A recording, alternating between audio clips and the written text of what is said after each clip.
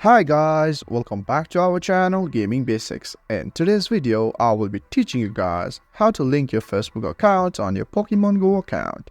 So at first, just open your phone, and as you open your phone, open the Pokemon Go app from wherever it is located. And as you open it, it takes a while to load because it depends on your internet speed. So all you have to do is just wait until it loads. And as it loads, you are in this home page as I am. So just stay at this home page and look at the bottom middle where you can see that Pokeball and just click on there at first. And as you click it, look at your right top for the option settings.